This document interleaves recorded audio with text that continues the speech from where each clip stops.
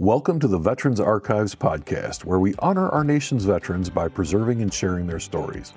You can also hear Veterans Archives on Wreaths Across America Radio every Thursday at 5 p.m. To learn more about our mission, watch veteran interviews, or find out how to record a veteran story, please visit veteransarchives.org. And if you or a veteran you know needs support or resources, we encourage you to download the Battle Buddy app from vetlifetoday.org.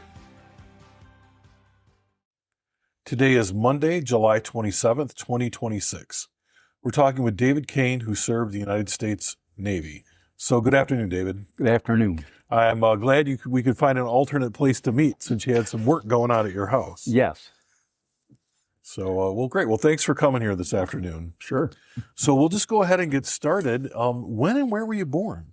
I was born here in Kalamazoo in 1945. Mm-hmm. It was kind of a hectic time. My father died 4 days before I was born. He was in the Army. And so my mom really, she really had a lot to put up with.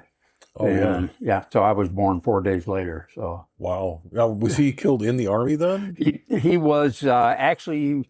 He died of a brain cancer. I think it's because of the style hat that they wore that it kept rubbing on him, and he ended up getting cancer and dying. Oh, okay. So that's too bad. Yeah, he died over in Battle Creek. Uh-huh. Now, did you have brothers and sisters? Yes, I have an older sister. She's in a nursing home right now. And then my next one down for me is my brother, Bob, Bobby Joe. Uh-huh. And he served in the Air Force, and he was a homicide detective for Kalamazoo City. Oh, okay. So we get together for a lunch or something like that at least once a month. Mm-hmm. Now, is he younger than you, or is he's old? He's younger than me. Okay, so you're the middle kid? Well, we had two more after him. Oh, goodness. I had another brother who had a lot of problems, emotional and all, and he ended up committing suicide. Oh. And then I have a younger sister. She lives in Arizona. Oh. And she's doing pretty well. So I was just out in Arizona. It was 115 degrees, so I couldn't believe it. It's toasty out there. Yes. Yeah. So you grew up in Kalamazoo your whole life then? Yes. Yep. Well, tell me a little bit about what was that like growing up, especially, your dad wasn't around. Did your mom remarry? And yeah, let's talk a little bit about that. She remarried. I think I must have been around 2 years old. I forgot to go check the records, but it was kind of funny. We lived on the north side of Kalamazoo, and 2 doors down from where our house was where my stepdad lived. Oh. And he used to work at the Kalamazoo paper mill after he got out of the Army. And usually during the summer on his way home, he would walk past Louis' restaurant, if you know where that is. I do. Yeah. And then he'd walk up to Richardson Street, that's where we live, and he'd usually buy an ice cream cone for me. Oh. During the warmer weather. Yeah. So, yeah. So you kind of remember him as the only father you ever knew, right? Yep. Exactly. Yeah. And then how long were he and your mom married? They got married in let me see, that was about 40, maybe 1948. Uh-huh. I'm not sure of that. And then they were married for 50-some years. Wow. Yeah. Good for them. Yeah. Good for them. And he's passed away. Uh-huh. He's buried out at Fort Custer. And my mom passed away, and she's laid there too. Yeah. Next to him. So. Yeah, and I don't think a lot of people know this, but as a veteran, you can be buried in a national cemetery as well as your spouse. Yes. Yeah. That's correct. Yeah. I don't know if that's the way it always was, but. Yeah. That's the way it works now. So. Yeah. So talk to me about growing up. What was it like being a kid in Kalamazoo in the 40s and 50s? Yeah, it was So, really different. We lived on the north side. We had a lot of Polish people. My family's Polish, Uh-huh. and then there were several black families there, and I never heard of any kind of discrimination or anything. We were just all kids. Right. We played together all the time. We'd go on the railroad tracks. We'd pick up coal. My mom lived with her mother after my dad passed away. Yeah. And she had an old furnace, one of the great big round things, and it burned coal. Yeah. She had a coal chute, right? Yes. Yeah. Yeah. My grandparents had a coal chute in their house. Oh, yeah. I remember those days. Yep. I don't remember picking up coal, but I remember the coal chute. Yeah. Definitely. Yeah. What kinds of things did you do for fun as kids? Well, basically, we kind of rode our bikes around. We played catch with softball, baseball, whatever. We did puzzles back then, things like that. But, yeah. Just kid stuff, right? Yep, just all kid stuff, yeah. And how was school for you? It was pretty good. I went to Catholic schools, St. Mary's. I still belong to the parish. Uh-huh. And back then they didn't have kindergarten, so I started right in the first grade. And then with my younger brother, the one that's a few years younger than me, his class was the first one that had kindergarten. Uh-huh. So, but I went through eight years there. Mm-hmm. And then I went to Orchard Lake, St. Mary's, over by Pontiac. Yeah. And during the summer of my junior year, I had a pineal cyst and had to get it removed, operated on. And the doctor says, when you go home, you tell your mom you got to get registered at St. A's because you're not leaving town. And sure enough, spring break, I was back in the hospital, second operation. Oh, my gosh. Yeah, it didn't heal right. Right. So, Now, how'd you end up in Orchard Lake? That's not near Kalamazoo. No, it isn't. Our parish priest, he was Polish, Uh-huh. Bartkowiak, and he went to Orchard Lake. Oh. So he was from Chicago originally. Uh-huh. So now, did your family move over there, or you just no, went over there? It was a boarding school. Then. Oh, okay. Yep. All right. There were, at one time, I think, 3 of us from Kalamazoo there. Wow. So. Yeah, I had no idea we had a boarding school over there at one time. Yeah. The old Michigan Military Academy is what it was. Oh, yeah. Okay. And the school system bought that, so. Yeah, so what kinds of things did you like about school? Did you have certain subjects, or did you play sports? What was school like? I played a little bit of sports, not much. I did play some tennis, and I remember I catching a ball one time for our pitcher, and his name was Stan Krogaleski. He actually got drafted by the Detroit Tigers. Really? But he turned it down because he was becoming a priest. And I caught one pitch, and oh my gosh, I couldn't believe how it hurt. Jeez, that was terrible. He's probably good for the parish softball team, right? Yeah.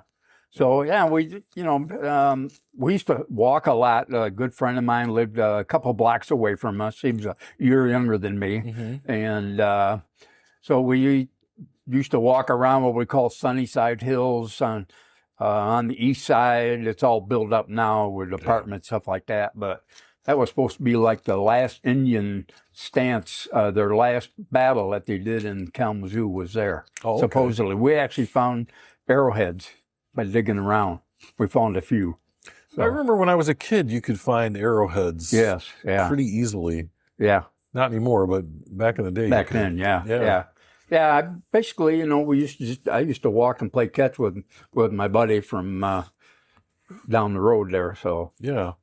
Now, so you would come home in the summertime then and be gone most of the year? How did that work? Yeah, we would be at school most of the year. Of course, we got breaks for like the holidays, right? Easter, Christmas, and we were there. They had a lot of Polish nuns who came from Poland. And they did the cooking, our laundry, and all that kind of stuff. So, I bet the food was amazing. It was fantastic. Yes. There's, Yeah. I don't, Michigan used to have a pretty big Polish population, Yes. and you could get good Polish food. Oh, yeah. It's hard to find now, Yeah. but I think people have forgotten. Yeah. I haven't forgotten it. No, I bet you know how to cook some good food. I can make some stuff. Yes. Yeah, So, I'll bet. yeah. So you get through school, and then you graduated what, like 1963? 63. Correct. Yeah. So I got a job. In fact, graduated on a Sunday, and I got a phone call. We were having a party, and it was my uncle. And he said, "So you got a job yet?" This is the day I graduated. I said, "No, I haven't looked yet." He says, "Well, he gave me a phone number. You should call this guy. His name is Bill, and you're going to work for him." Didn't waste any time, huh? That's right. Yeah, it was Bill Martin, and it was Haviland Products there on North Burdick Street on the corner there. Yeah, and I worked there for a few years. Got poisoned. But chemicals splashed on me. We didn't have all the safety gear back then. Right. Who knew, right? And so I was filling a customer up with liquid fertilizer because I did all that kind of stuff, made that stuff. Yeah. And filling her tanker up, and all of a sudden the tank was overflowing, and she came out looking for me, and there I was laying down. I'd gone down. And it was some other chemical that I had that splashed on my shirt sleeve, and it got through me. And they hauled me away to the hospital. I was in there a few weeks. Actually had last rites. Oh my back gosh. then. Yep. They didn't know if I was going to make it or not. They had a specialist from Cincinnati and one from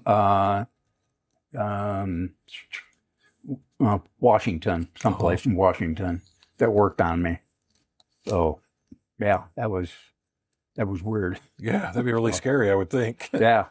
Yeah, so when I finally got out of that, so going back to work, but I couldn't mix all those chemicals anymore. And so I was a truck driver doing the routes around Battle Creek, Kalamazoo. And, of course, that was during Vietnam going on. And I just had the feeling that, my draft number's coming up, I bet. And I joined the Navy. And my third day in boot camp, my mom got my draft notice. So yeah, well, at least you got to pick, right? I did, yeah, yeah. That's a good thing. Yep. So tell me a little bit about what your first impressions of boot camp were. Let's take a quick break. Before we continue, we'd like to share a resource that may be helpful to veterans and their families. The Battle Buddy app from vetlifetoday.org is designed to connect veterans with support, resources, and a community that understands their experiences. If you or a veteran you know could benefit from those resources, we encourage you to download the Battle Buddy app and learn more at vetlifetoday.org.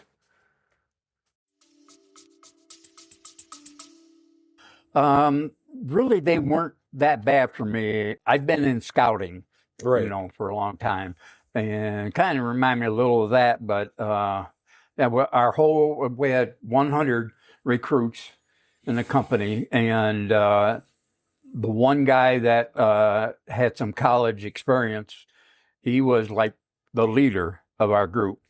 And it's kind of funny because being from Michigan, you just figure everybody knows how to swim. Well, he could not pass a swim test. Oh.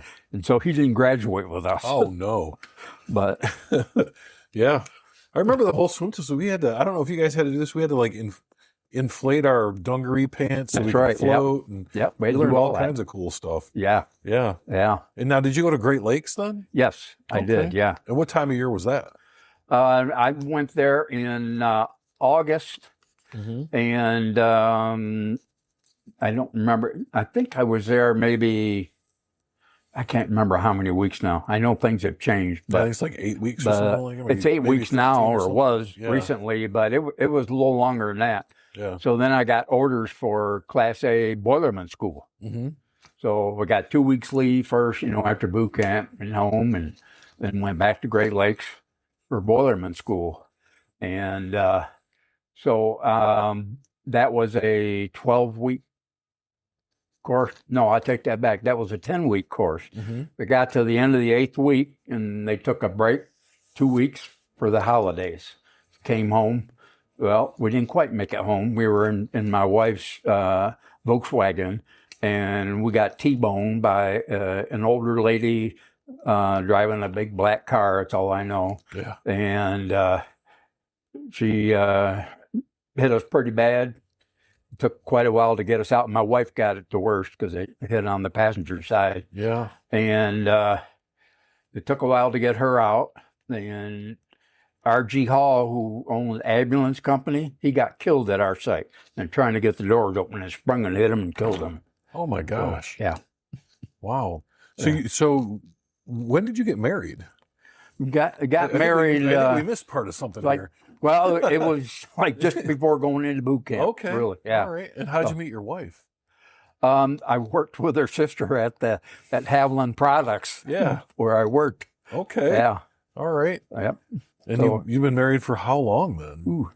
See, we're over 60 years now. Well, congratulations. Yeah. That's something. Yep. Yeah. That's good. Well, and so far you've survived 2 pretty terrible accidents. So Yeah. God must have had something for you to do later on, for sure. Yeah. Yeah. So you finally made it home though for the break. Yes. Okay. And then you went back to boilerman school. Yeah. Well, I think they cut, because my wife was so bad, that they kind of kept me in the area, so I was still at the hospital, but I could come and go. Yeah. And then finally, she got released. And so we, I can't remember, I'm trying to remember exactly how that all came about, but eventually I got back to Great Lakes, and then the class had got extended further. So I had made it up to the 8th week. I had to start all over again. Oh. And what was okay with me, I didn't even look at the book because I knew it all. Right. You've already done this. Yeah, and I went through it and then did the final weeks and everything, and I thought for sure I was going to be going to the Norfolk, because that's where I first had orders before the accident. And nope, I ended up getting sent to Long Beach to the Alfred A. Cunningham. Okay. I walked aboard there in my first anniversary date. Really? Yep. Wow. Yep. So I want to ask you a quick question. So when you first enlisted in the Navy, then you didn't know what your job was going to be until you got to boot camp? Is that how that worked? It was actually after boot camp. Okay. Yeah.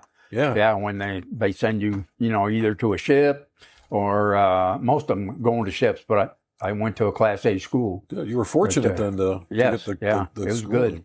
I didn't know anything about boilers back then, but I sure learned. I could do that stuff in my sleep. Oh, I'll I bet. just never forget it. I'll bet. So you get to Long Beach and you get aboard the Alfred A. Cunningham. Talk to me about what that experience was like. First of all, like the first time you got there, what were your thoughts? It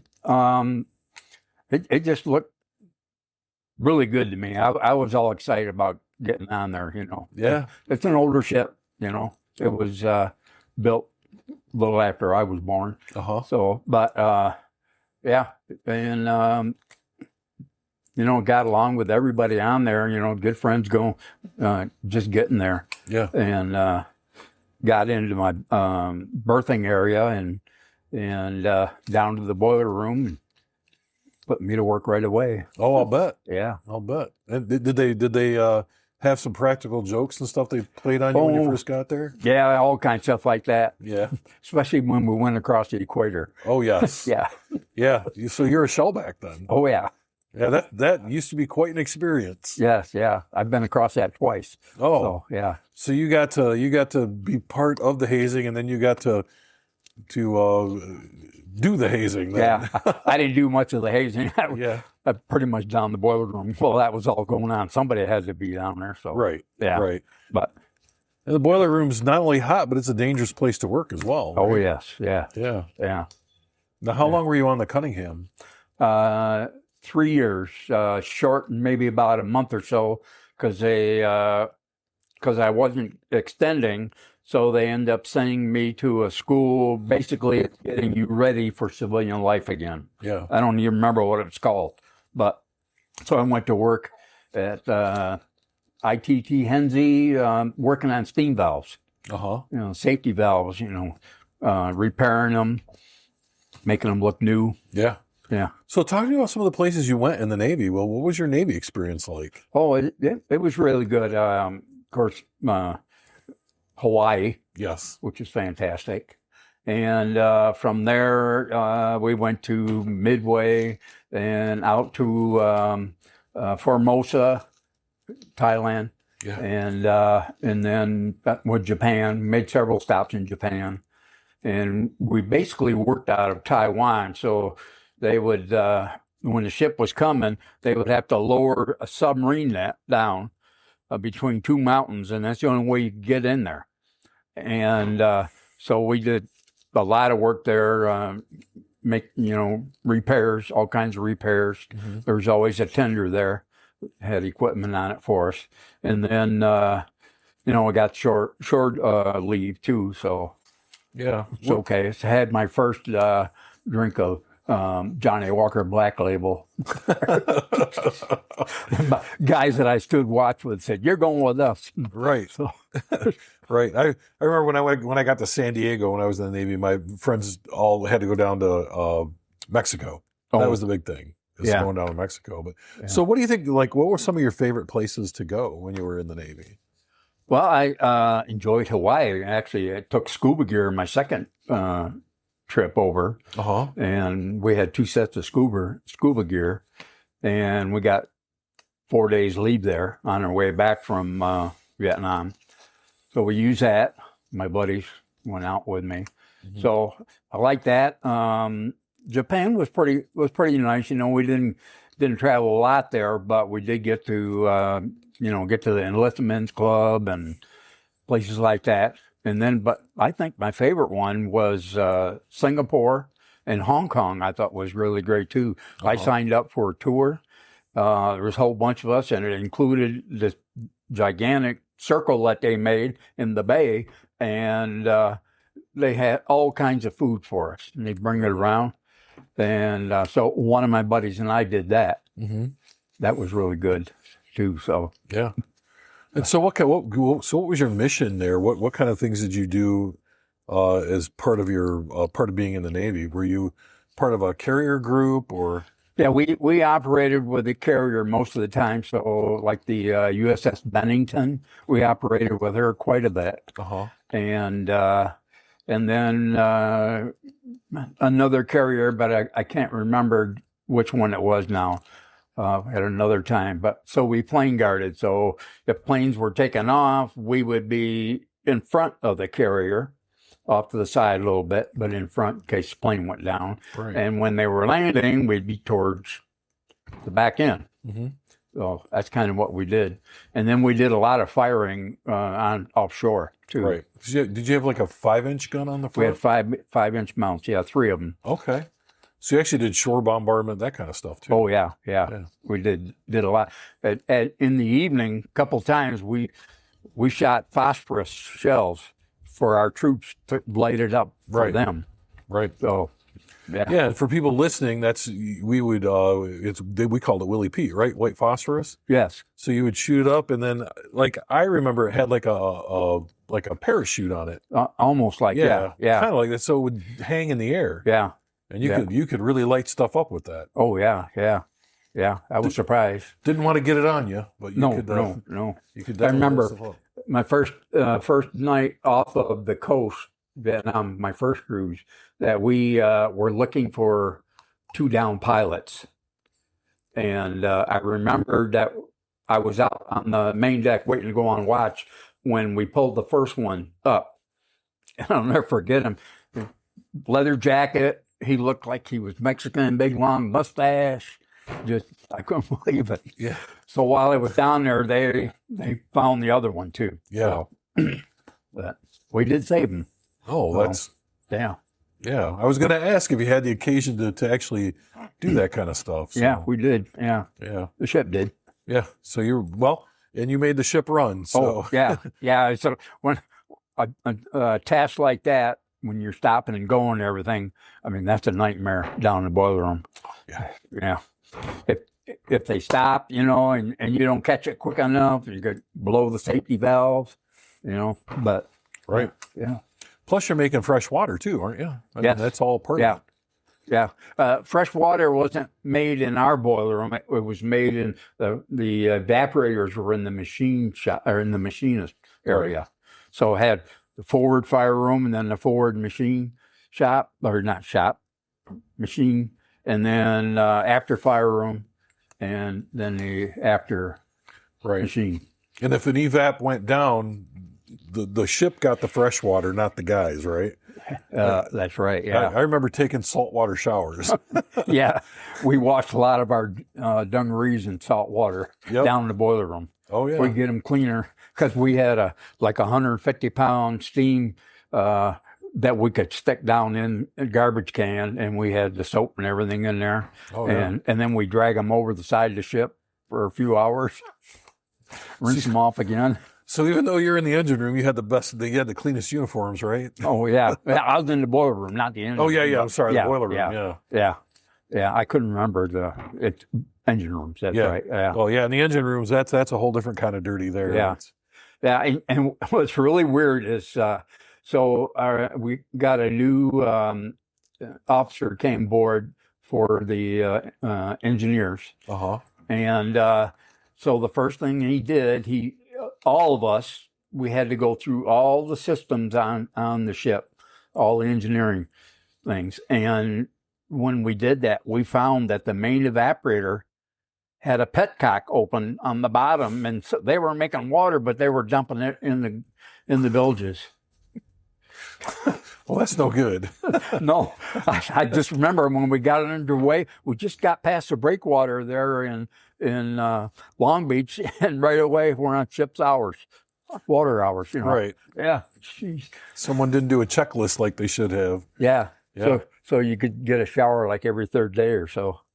So you were gone. Were you gone the whole time then, or did you come back and redeploy? How did that work? I was gone probably 6.5 months during the 66 to 67. Yeah. And then we were back in port for a while. A lot of people on leave. A lot of people getting out when they pull back in. Oh yeah. Because a lot of people will just extend, so they're in that cruise instead of going to another ship. So we had a lot of that. So. Then we were in port for about a year, and then we got shipped again to Westpac, Vietnam. Yeah, a lot of people kind of coming and going, right? During that time? Yeah, there were. Yeah. Yep. So by that second time out, you were probably one of the senior people. Well, I was actually, during that second cruise, I was in charge of the after fire room, the hottest one. Yeah. 2 engineering spaces on each side of them. But it was okay. I did make second class, but I would have had to extend a couple of months in order to get it. And I didn't do that. Right. So you knew it was time. Yes. Yeah. Well, my wife was pregnant. So she had trouble with pregnancy. She had like 5 miscarriages in a row. That's why we adopted my son out there. And then got pregnant, and things were going good. And so about a month before I was getting out, I sent them back home on a flight. And so she was here when I got home, and then we had my oldest daughter. Okay. She was born, so you have 2 kids then? I got adopted son and then 2 daughters. Okay. Yeah. Including Stephanie. Right. Yeah. Right. We don't want to forget her. Right. We're in her house. Yeah. So you ended up coming back to Kalamazoo then. Yes. And then that's when you went to work for, you were telling me. Oh, I went to work for Acme Printing Inc. Oh, okay. And they were originally on the north side, not Burdick Street. What was that? I can't remember the name of the street now. Anyway, close to the railroad tracks there. And so I was there, and I was mixing chemicals Uh-huh. to make. I'd make like 5,000 gallons of some kind of fertilizer or sprays, and so I was working there at the time, and then they had bought property on D Avenue down by the river, Okay. and part of an old farm there, the Stiles farm. And so we were working there then, Uh-huh. and worked there for another year or so. Had a lot of trouble with the equipment. They had a set of forks that was a high-low, and they had forks, but one set was bent in a little bit, and you really had to be careful when you're picking up full drums of varnish, stuff like that, and went over a bump on the way down into the storage area and poked a hole in it, and that stuff was just running out all over. It was a mess. Yeah. I said, it's time to leave this. Right. And now where'd you go from there? Well, from there, I actually worked at Gibson Guitar for a while. I helped close it down. So some people don't know Gibson Guitar was right here in Kalamazoo. Oh, yes. Yeah. That's where it started. Yeah. Yeah. So and I worked there, and I worked on a hydraulic press. Mm-hmm. And then when they were starting to let people go, because they moved to Nashville, I think it was. And so they shut that press down, and then they put me on a router. So like the, I can't remember what that guitar is called now, but there's a pretty famous guitar, and I was routing out the pockets. Oh, like a Gibson Les Paul, probably. Les Paul, that's it, yes. Yeah. Yeah. My mom actually met Les Paul, and my aunt worked in electronics over there, my mom's sister, and she knew him too. She'd seen him several times, Wow. including Elvis Presley. Wow. Yes. Yeah. Yeah. Gibson guitars were the guitars. I mean, Oh, yeah. Yeah, kind of sad when they left, but right. yeah. Well, you got to be where the music industry is, I think, and it wasn't in Kalamazoo for sure. Yep. Yeah. So where'd you go after Gibson? Well, then let me think here. Oh, I went to work for a guy that owned a security business. So he kept me busy working at doing that. In fact, I was an armed guard. And when the Kmart was being built there on the east side, I was in there for like 3 weeks towards the end of their construction period. And then he moved me to KVCC. And doing carrying a clock around, he got 13 keys in different areas to go. Yeah. So I did that, and then I got a chance to go to work at Now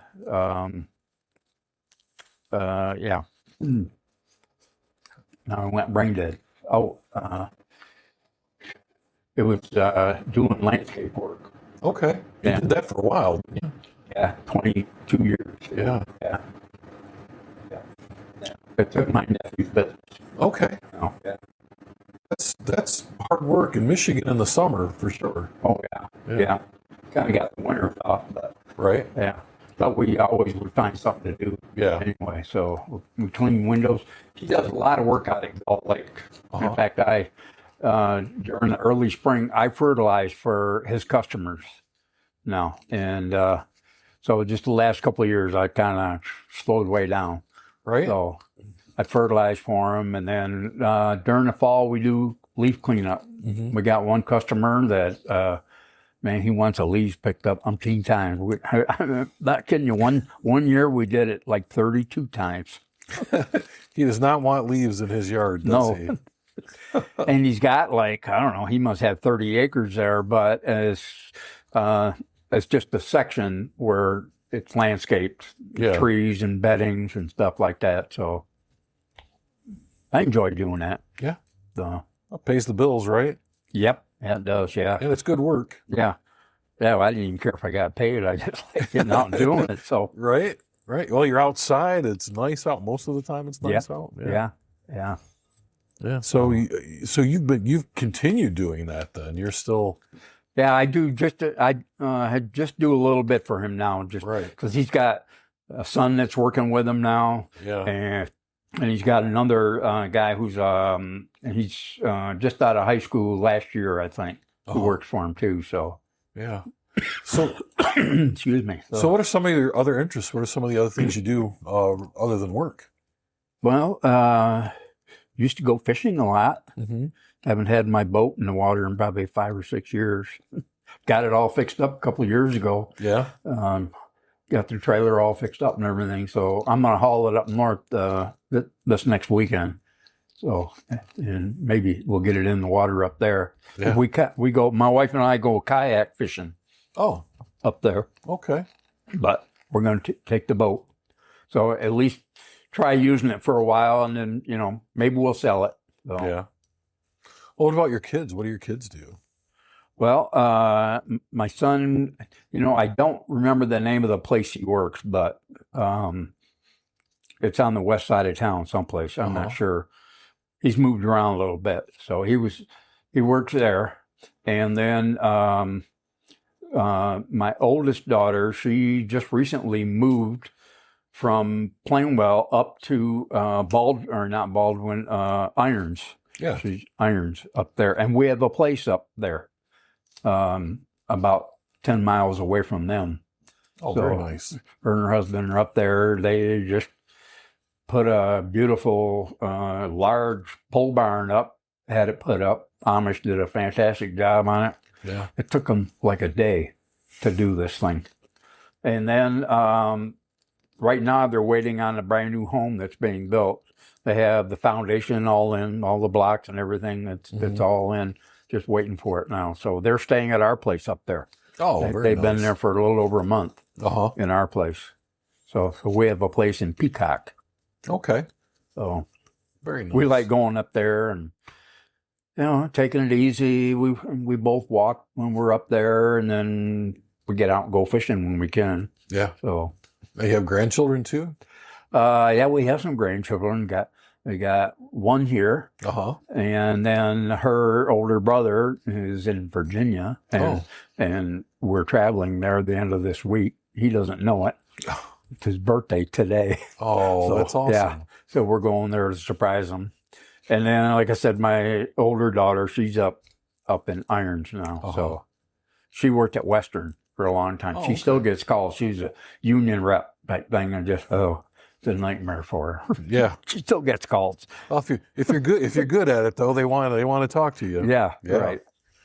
So, David, we covered a lot of things in our conversation. Is there anything that we haven't talked about that you wanted to make sure we talked about? No, I don't think so. I just I wrote some stuff down for myself the last couple of days. I wasn't sure how we do this, but Yeah. So, did we cover everything that you wrote down? Yeah. Let me see here. Let me see.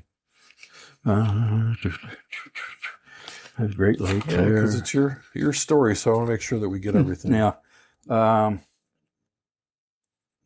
Yeah. Well, the one thing I remember going through, I don't think I mentioned, we went through a typhoon. No, you did not mention that. Yeah. Let's talk about that. Yeah, I think we were coming out of Singapore. And it was rocking and rolling like you wouldn't believe. And so we got back to Taiwan. We had to wait for them to lower the submarine net so we could get in. So, and then a bunch of guys went on leave or on the shore. And then we got a call, picked up a call during the night that a freighter not too far from Taiwan was in dire straits. And so we had to get somebody to lower the net. We didn't have everybody on board, but we steamed around the bay there in Kaohsiung, Taiwan, and twice we got up enough speed and then we shot through it because it was just kind of dangerous with the typhoon, the waves and all. And we got through it. And the second day out, we found the ship. It had been abandoned. And it's crazy. All the footwear was lined up on the deck.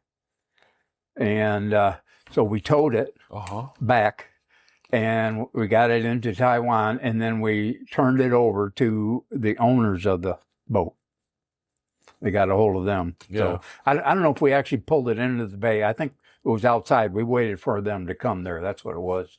And we turned it over. So being an abandoned ship, you can get in there and get like all the cigarettes, but I never smoked, so cigarettes and I don't think they were very good from what I heard. And then the tools. So they grabbed a bunch of tools, well, shoot, they were all metric. Our ship wasn't built for that. Right. So it was just a bust all the way around. Huh? Yes, it was. Yeah. Yeah. That's a great story. But it was a good experience, doing that. And yeah, it was all right. Yeah. I would have stayed in, if I probably, if I hadn't been married, I might have stayed longer. So I had this buddy that lives up in the UP. He ended up with 28 years. Mm-hmm. He was going to go to 30, but his health is really bad from the asbestos. Right. And so they gave him 30 years credit and retired him. So, yeah. No. Yeah, I think sailor's life's pretty tough on a marriage. Oh, yeah. So, yeah, I mean, sometimes you just have to figure out what you want to do and do it. Yeah. Yep. Yeah. Well, you've shared a lot as we talked this afternoon, and I appreciate you again taking the time to do that. Thank you. Always ask this last question. Someone is listening to this story or watching this 100 years from now. What would you like them to take away from your life, or what advice would you give to people who are watching this? Well, I would say that the times have really changed since back then. I think back then there was a lot more spirit towards the United States. Mm-hmm. Right now we're in a bad way. Yeah, and just the politics of it is just terrible. And I'm hoping, praying. I pray the rosary every day. I'm Catholic, and we pray for our country every day. And I just hope somehow we'll get through this, and that we can all come together again. So I'm hoping it's not going to take a catastrophe like 9/11, though. Right. Well, thanks for sharing that. Thanks for sharing your story with us. I really appreciate it. No problem. I'm glad I got a chance to do this. So, all right. Great. Thank you for listening to the Veterans Archives podcast and for helping us honor the service and sacrifice of our nation's veterans. If you enjoyed this episode, please consider sharing it with others so more people can hear these important stories. To learn more about our mission, watch additional veteran interviews, or find out how to record a veteran story, please visit veteransarchives.org. And if you or a veteran needs support or resources, we encourage you to download the Battle Buddy app from vetlifetoday.org. You can also hear Veterans Archives on Wreaths Across America Radio every Thursday at 5 p.m.